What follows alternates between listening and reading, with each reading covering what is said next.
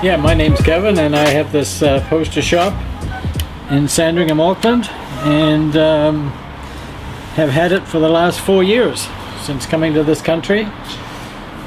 When I first started collecting posters, which goes back quite a ways, I guess, it was just basically for the artwork.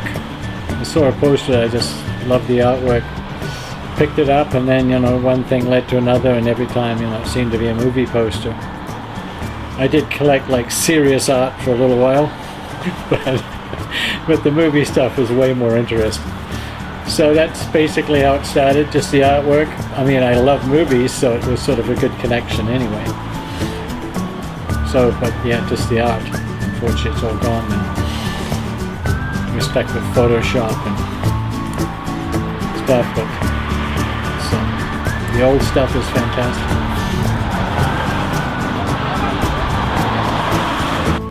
So luckily, over the years, I've collected a lot of posters, and you just hope that when somebody asks for something that you might have it, but a lot of times you don't. You get some very obscure requests, and some people like to do it because they're just a film nut. So I'll ask him for something that there's no way he'll ever have. Well, I'm a big Western fan, so I have a lot of Western posters, and fortunately they always did have really nice artwork. So of course, Clint being sort of the last cowboy, on my wall I have Fistful of Dollars, Good, the Bad, and the Ugly. So and again, they look fantastic, and are now somewhat valuable, I hear. Because I don't collect for the value. A lot of people ask me when they come in, like, well, what's the most expensive poster you have? Who cares?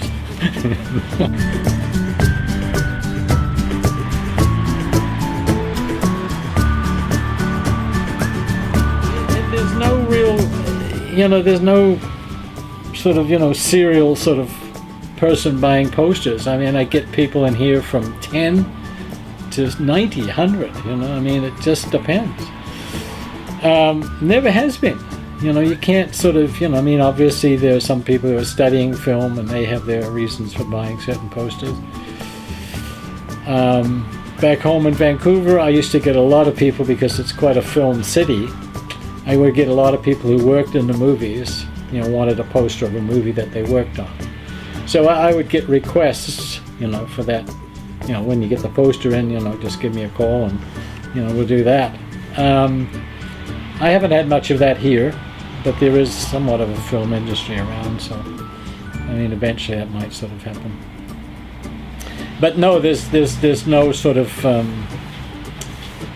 you can't identify a person walking through the doors. You could have a million reasons for wanting that poster, and it is interesting because there's no guarantees of what you're really going to sell. I mean, a lot of people do have a favorite movie, so that's what they're going to look for.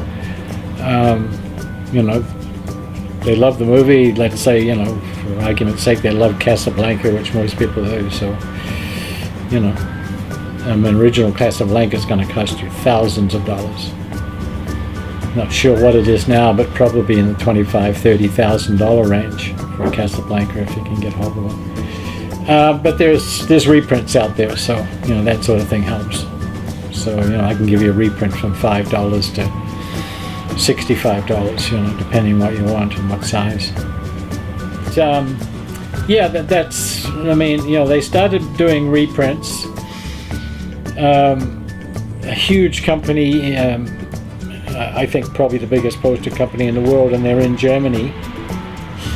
And they used to do.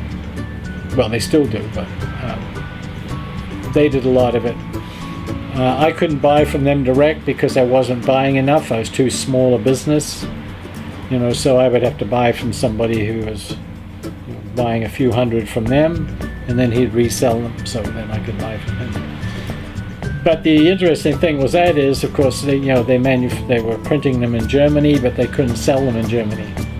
Obviously, with some sort of licensing agreement that they could only sell worldwide.